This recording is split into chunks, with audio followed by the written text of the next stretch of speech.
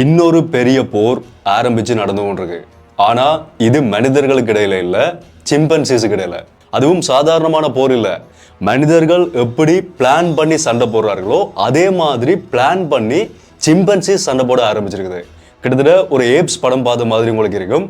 என்ன நடந்திருக்குன்னு சொன்னா, உகாண்டால இருக்கிற கிபாலே என்ற ஒரு தேசிய பூங்கால நிகோகோ என்ற ஒரு கம்யூனிட்டி, ஒரு சிம்பன்சி கம்யூனிட்டி இருந்திருக்குது. அதுல கிட்டத்தட்ட 200க்கும் மேற்பட்ட சிம்பன்சிஸ் இருக்குது. இந்த சிம்பன்சிஸ் எல்லாமே எப்பவுமே கூட்டமா தான் வாழும், ஒரு குடும்பம் மாதிரி வாழக்கூடியது. சொல்ல போனா மனிதர்களுக்கும் சிம்பன்சிஸுக்கும் இடையில நிறைய டிஎன்ஏ ஒத்து போகும். மனித குரங்குன்னு சொல்லிதான் நாங்க சிம்பன்சிஸை சொல்லுவோம் தமிழ்ல.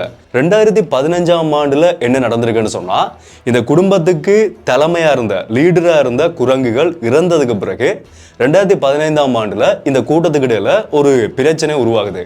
ஆரம்பத்துல ரிசர்ச்சர்ஸ் என்ன நினைக்கிறோம்னு சொன்னா, இது ஒரு சாதாரணமான சின்ன பிரச்சனை தான் என்று சொல்லி விட்டாலும் அந்த பிரச்சனை கொஞ்சம் கொஞ்சமா பெருசாகி 2018ஆம் ஆண்டுல அந்த சிம்பன்சி கூட்டம் 2 தனித்தனி கூட்டமா பிரிஞ்சிருது.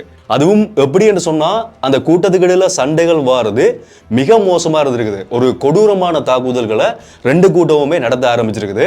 அந்த சண்டை எப்படி நடக்கும்னு சொன்னா, ஒரு கூட்டத்தில் இருக்கக்கூடிய குரங்குகள் தாக்குதல் நடத்துறதுக்கு முதல் மற்ற கூட்டத்தை வேவு பார்க்க போகுமா, அதை உளவு பார்க்கறதுக்கு போய் எந்த குரங்கெல்லாம் தனியே நிக்குது, எதை நாங்க தாக்க முடியும்னு சொல்லி பிளான் பண்ணி திட்டம் போட்டு இந்த குரூப் ஒண்டா சேர்ந்து போய் அந்த சிம்பன்சிஸை தாக்குமா, தாக்கி அதை கொன்றும்.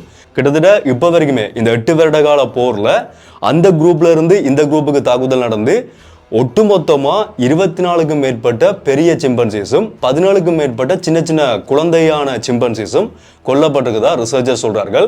இந்த எண்ணிக்கை இன்னும் அதிகமா இருக்கலாம்னு சொல்லியும் சொல்லப்படுது.